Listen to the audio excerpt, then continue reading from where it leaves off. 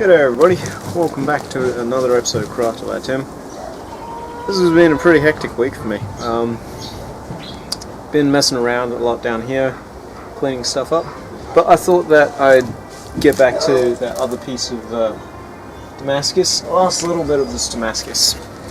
So this was the Hacksaw blade Damascus, just cleaned it down a little bit. My plan for this tiny little piece is to make a Damascus ring. This should be pretty interesting because I haven't really had very much experience making rings, so I reckon I can make something that looks pretty cool out of this, but it's going to be really hard.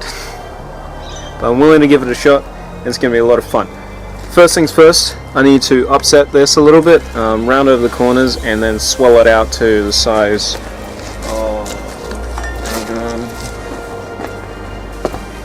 okay, so I want about a 1 inch square, and it'll be about the same size as this ring, which works out pretty well.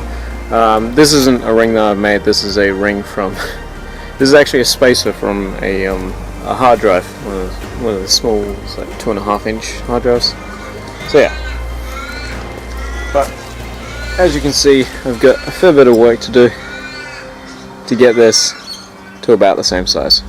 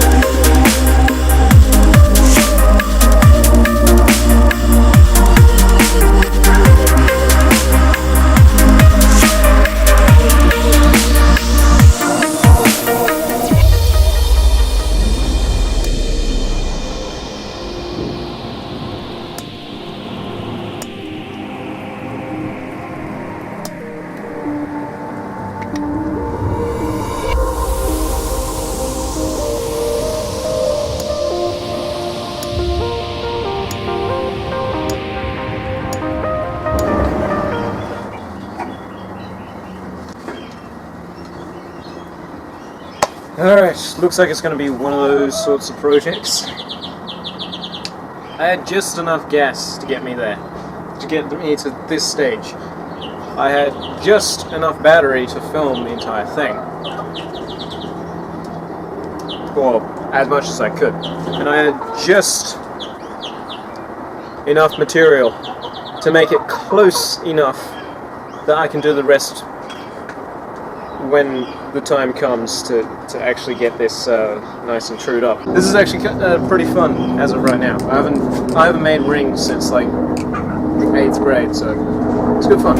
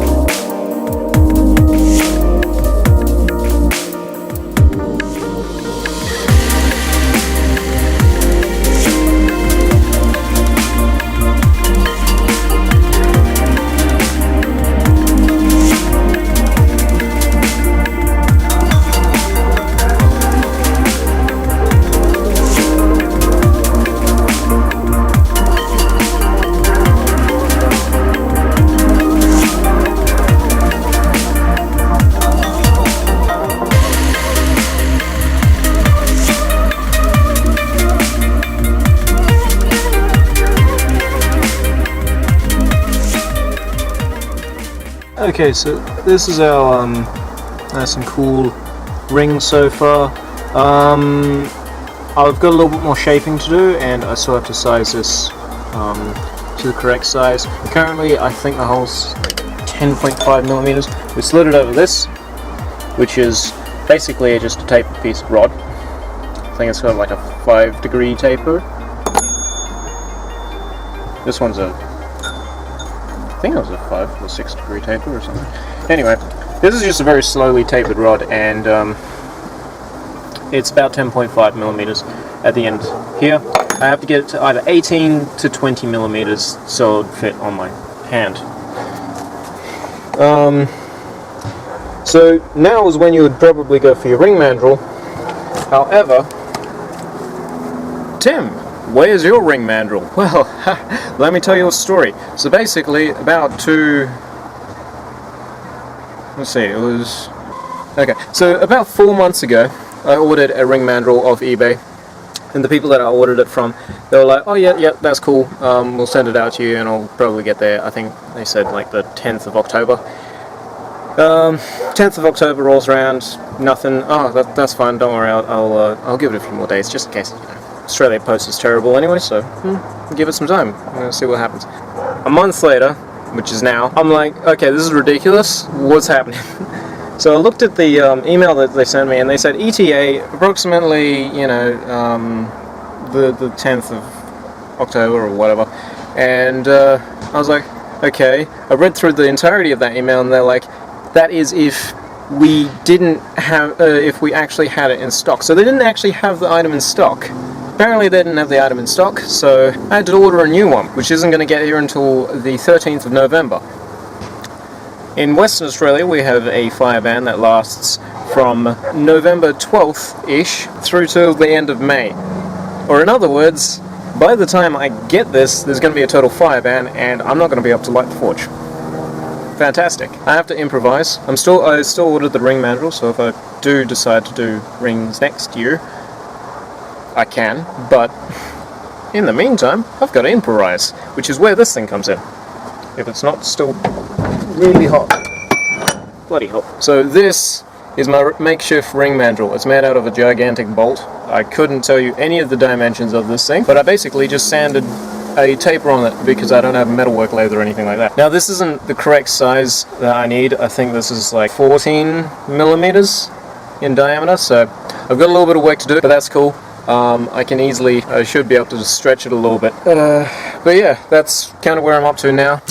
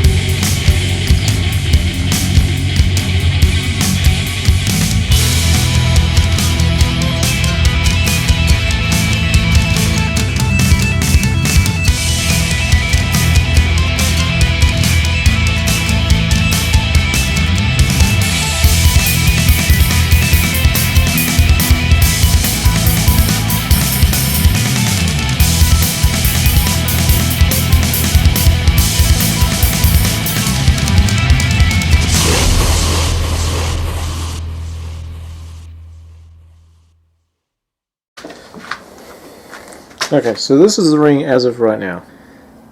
Almost fits over my ring finger on my left hand. Still has a fair bit to go on my right. Going to break out the trusty old needle file set and that little vise. Here it is. And the jeweler's vise. And we're going to basically go around the entirety of the inside, and we're going to try and take off this really hard oxide layer around the outside, which is this black stuff. The reason why the black stuff is so hard is because it cools really quickly, so it creates this really hard scale. Very similar to quenching. Time to get started.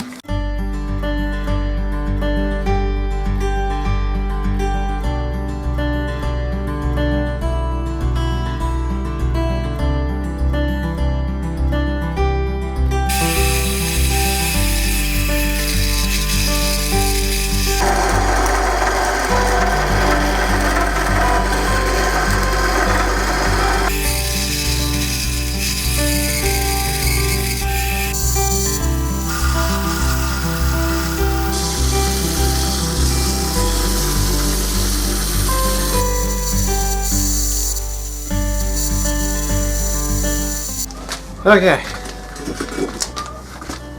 so you just see me turn this on the lathe, which is essentially a wooden ring mandrel. There's a few different uses that I can use this one for. So here I've got some reasonably low grit sandpaper. Now this ring doesn't quite fit over the correct finger. I'm going to try and get it over my right hand pointer, and of course, because that's my hammering hand, it's got a fair bit of work to do, even just to get onto my ring finger. To get onto my ring finger on my left hand, however, is much easier. So, I have to get this to a bit bigger. And the best way that I can see doing this is to take some sandpaper, roll the wooden ring mandrel in the sandpaper, and with a bit of luck, should be able to slide this over like that. Wow, that sound makes me grind my teeth. Anyway, just make this a little bit smaller. Alright, so I think that'll do. So just pull a strip off. I'll wrap that around like so, and I'll put some tape on it, and then I should be able to chuck the ring around the sandpaper, once it's on there, and I should be able to, as I turn it, start to make this make it slightly larger. But I do have to mention that because this is tapered, it's also going to taper the inside of this hole. So I have to flip the ring upside down every now and then to make sure that it's tapered from both sides. At least then it's slightly easier to correct.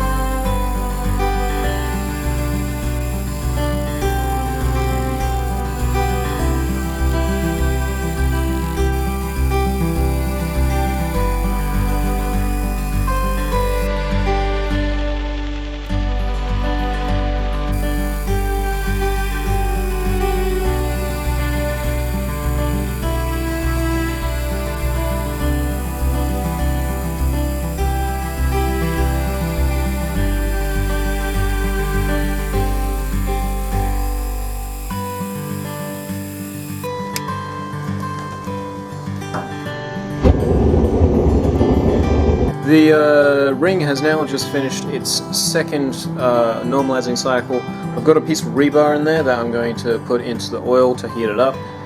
That way it won't splatter as much when I go to quench the ring. I'm going to be doing this in motor oil. Motor oil, of course, has a very low flash point, so this will spit out a bit of fire, but it should be okay. I'm going to try and make this as close to perfect as possible, but there's obviously a lot that I have to learn when it comes to this sort of stuff. So I'm going to heat it up to a non-magnetic temperature, which is sort of a dull red. It'll probably get a lot hotter, but because it's such a small item, I'm going to try and get it white hot and then hold it above the oil until it's that cherry red that I'm looking for, and then do the quench. That way, you know, I'm not going to, I can lose that heat. It doesn't matter too much. It's just loss of energy rather than stuffing up a hardening cycle. The reason why I'm hardening it too is because contrast, even though this is just one type of steel, apparently you get the best contrast when you harden it, so I'm going to harden it and see, hopefully I'll get a better contrast. Back to the forge.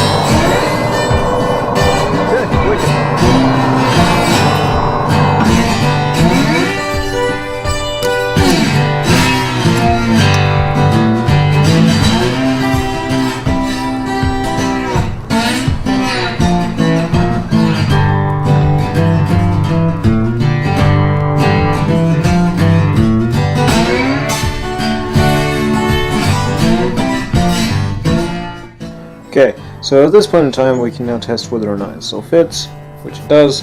The reason why I test whether or not it still fits is because sometimes when hardening these sorts of things, they sometimes warp, they can do some pretty weird things, and who's to say that it won't make it shrink or make it slightly oval shape or something like that. Still needs to be tempered, and then we'll do a final polish and finally an etch. So next step is to temper it. We're going to temper it at 200 degrees Celsius for about an hour. I reckon that will bring it to its golden straw color. It shouldn't need too long. The reason why is because it's such a small item. It should temper really quickly.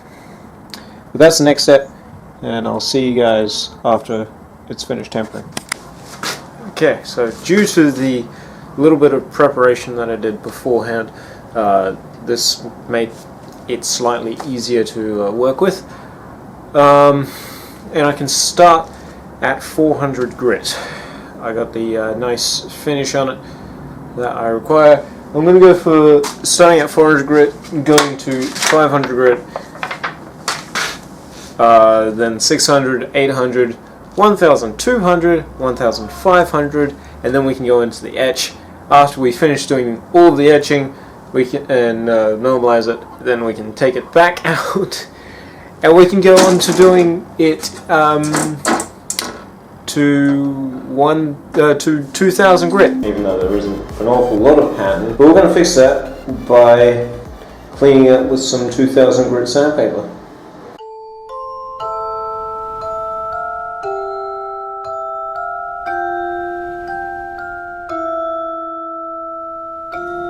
Now we finish it. I'm going to be using Dubbin, which is a finishing wax for oil, for leather, sorry. I don't think it's going to make much of a difference that this is metal. I've heard of people using wax, and I've heard of people using oil to finish metal projects, so it shouldn't be any different. But first things first, we're going to heat this up a little bit, just a little bit, and then we'll rub on the Dubbin.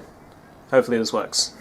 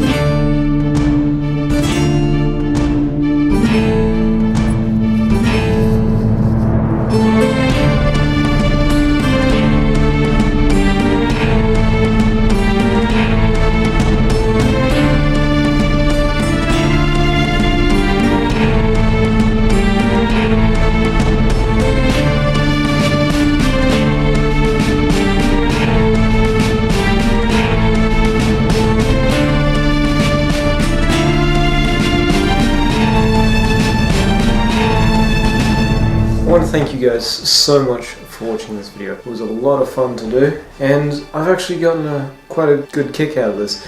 It's been really challenging, but I think the final and finished product is pretty impressive to me. So I hope you guys enjoyed these videos. They've been all over the place, I know. But if you haven't seen the other two videos where I make the Damascus and I also make the matching neck knife, go check them out. I'll leave the link in the description and at the end of this video. So I hope you guys do check out those videos, and if you're new, subscribe, because why not? Anyway, hope you guys enjoyed. Stay safe, happy crafting, and as always, cheers.